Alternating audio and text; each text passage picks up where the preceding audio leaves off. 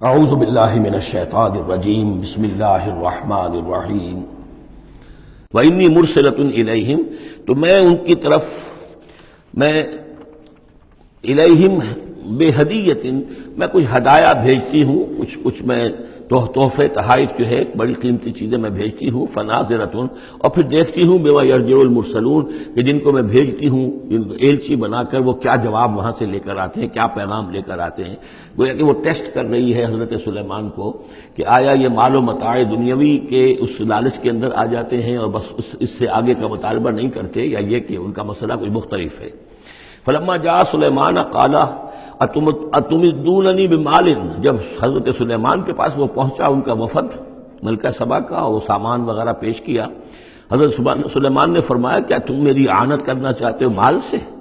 فما آتانی اللہ خیر مما آتاکم، تو جو کچھ مجھے اللہ نے دے رکھا وہ کہیں بہتر ہے اس سے جو تمہیں دیا ہے۔ بل انتم بہدیتکم تفرحون، اپنا یہ سارے ہدایہ تمہیں مبارک ہوں، یہ واپس لے جاؤ، تم ہی خوش رہو۔ ارجع الیہم، اب اس کے بعد دھمکی آئی، وہ جو بھی سفیر آیا تھا اس سے کہا لوٹ جاؤ اپنی قوم کی طرف، فلناتینہم بجنود لا قبل لہم، تو ہم ایسے لشکر لے کر آئیں گے ان پر حملہ آور ہوں گے کہ جن کا مقابلہ ان کے لیے ممکن نہیں ہوگا۔ وَلَنُخْرِجَنَّهُم مِّنْهَا أَذِلَّةً، اور ہم نکال باہر کریں گے انہیں اس ملک سے أَذِلَّةً، ذلیل کر کے، وَهُمْ صَاغِرُونَ، اور وہ بہت ہی ذلیل و خوار ہو جائیں گے۔ قَالَ يَا أَيُّهَا الْمَلَأُ، حضرت سلیمان نے ساتھ ہی کہا اپنے درباریوں سے کہ اے میرے درباریوں، ایکم یاتینی بعرشہا، تم میں سے کون ہے جو اس ملکہ سبا کا جو تخت ہے وہ میرے پاس لے آئے، قبل ان یاتونی مسلمین، اس سے پہلے کہ وہ فرما برداری اختیار کر کے میرے دربار میں پہنچے۔ یعنی یقین تھا حضرت سلیمان کو کہ اب اس کا جواب یہی آئے گا اور وہ حاضر ہوگی اور اظہار اطاعت کے لیے، لیکن انہوں نے چاہا کہ اس کا جو تخت جو ہے کسی طریقے سے اس کے یہاں پہنچنے سے پہلے یہاں آ جائے، تو اس کا امتحان لینا چاہتے تھے، ذرا سی اس کے اندر تبدیلی کر کے رنگ روپ کی کہ آیا پہچانتی ہے یا نہیں۔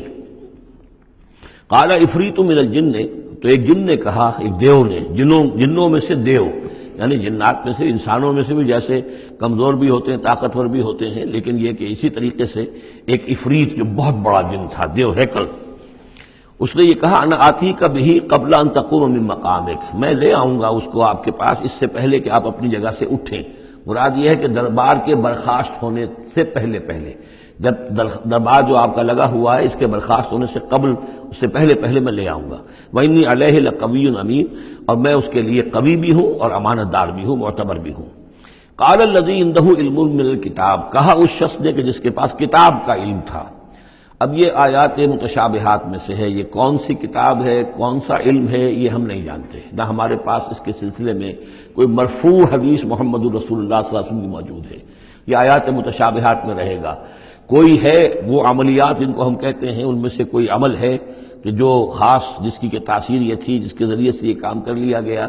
اب یہ تو ہو سکتا ہے کہ جیسے آج ہمارا معاملہ ہے تو شاید کوئی ہماری ٹیکنالوجی اس حد تک پہنچ جائے کہ کسی میٹیریل شے کو امریکہ سے تحلیل کر کے اور اس کے ایٹمز بنا کر یہاں منتقل کر دیا جائے، اور آنے واحد میں، اور پھر یہاں اس کو اسی سٹرکچر جو تھا جس سے کہ تحلیل کر کے وہ ایٹمز لیے گئے تھے اسی شکل میں پھر یہاں بنا دیا جائے۔ تو یہ انہونی باتیں تو نہیں ہیں، اب جہاں پہنچ رہی ہے ہماری ٹیکنالوجی، یہ عین ممکن ہے کہ ایسا ہو جائے، اور شاید اسی طرح کی کوئی بات ہوگی کہ جو اس وقت ہوئی ہے، واللہ اعلم۔ قال الذی عنده علم من الکتاب، تو کہا اس شخص نے جس کے پاس کتاب کا علم تھا، کہتے ہیں کہ یہ ان کا وزیر تھا آصف بن برخیہ، اور اس کے پاس خاص طور پر یعنی کتب سماویہ کا اور اللہ کے ناموں کا علم تھا۔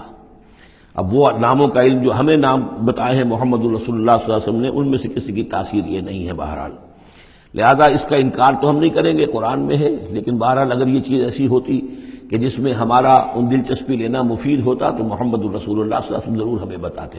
اگر آپ نے نہیں بتایا ہے تو اس کا مطلب یہ ہے کہ اس کھود کرید میں ہمیں نہیں پڑھنا چاہیے۔ انا آتی کا بھی قبل ان یرتد الیک طرفک، کہ میں تو لے آؤں گا اس کو اس سے پہلے کہ آپ کی نگاہ پلٹ کر آپ تک آئے۔ فلما رآہ، یہ کہتے ہی، اور وہ لے بھی آیا، فلما رآہ مستقرا عنده، دیکھا انہوں نے اس کے سامنے رکھا ہوا ہے۔ نہ صرف یہ کہ اس شخص نے کہا کہ میں لے آؤں گا آپ کی پلک جھپکنے سے پہلے، بلکہ وہ فی الواقع لے آیا۔ جب دیکھا اس کو کہ رکھا ہوا ہے اس کے سامنے حضرت سلیمان کے، قال ھذا من فضل ربی، انہوں نے فوراً کہا، یعنی یہ کہ اس پر بھی اللہ کی بندگی کا جو ہے جو نقشہ ہے وہ یہ ہے کہ بڑی سے بڑی بات بھی ہو تو اللہ ہی کا شکر ادا کیا جائے، اسے فضل سمجھا جائے۔ کوئی اپنا کمال کہ میرا ایک وزیر بھی یہ کمال رکھتا ہے تو میں کتنا صاحب کمال ہو گیا، یہ نہیں۔ قال ھذا من فضل ربی، یہ میرے رب کا فضل ہے، لیبلونی اشکر ام اکفر، کہ وہ اللہ مجھے آزما رہا ہے کہ میں شکر کرتا ہوں یا کفران نعمت کرتا ہوں۔ ومن شکر فانما یشکر لنفسہ، جو کوئی شکر کرتا ہے وہ اپنے بھلے کے لیے کرتا ہے۔ ومن کفر فان ربی غنی کریم، اور جو کفران نعمت کی روش اختیار کرتا ہے تو میرا رب تو غنی ہے اور کریم ہے۔ قال نکروا لها عرشها، حضرت سلیمان نے فرمایا کہ ذرا اس کا جو اس ملکہ بلقیس کا جو عرش ہے، اس کا جو تخت ہے، اسے ذرا اس کی حیت بدل دو تھوڑی سی۔ ننظر، ہم ذرا دیکھیں گے، اتہتدی، کیا وہ پہچان لیتی ہے اس کو، ام تکون من الذین لا یہتدون، یا یہ کہ ان لوگوں میں سے ہوتی ہے کہ جو نہیں پہچان پاتے۔ فلما جات قیل اہٰذا عرشک، جب وہ پہنچی دربار میں پیش ہوئی تو اس سے کہا گیا کیا اسی طرح کا ہے آپ کا عرش، اہٰذا، یہ جو تخت یہاں رکھا ہوا ہے کوئی ایسا ہی تخت ہے آپ کا؟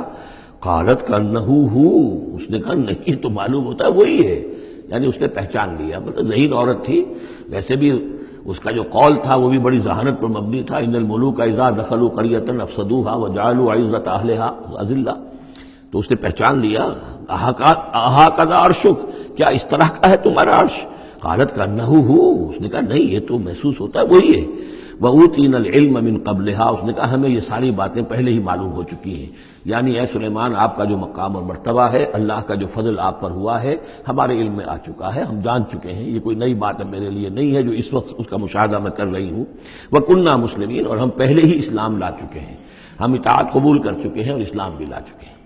وَصَدَّهَا مَا كَانَتْ تَعْبُدُ مِن دُونِ اللَّهِ، اور سلیمان نے روک دیا اس کو اس سے کہ جس کو وہ پوجتی تھی اللہ کے سوا۔ انہا کانت من قوم کافرین، یقیناً وہ کافروں کی قوم سے تھی۔ قیل لها ادخلی الصرح، اور اس سے کہہ دیا گیا کہ اب محل میں داخل ہو جاؤ۔ فلما رأته حسبته لجة، جب وہ محل میں داخل ہونے لگی اسے یہ محسوس ہوا کہ شاید پانی ہے۔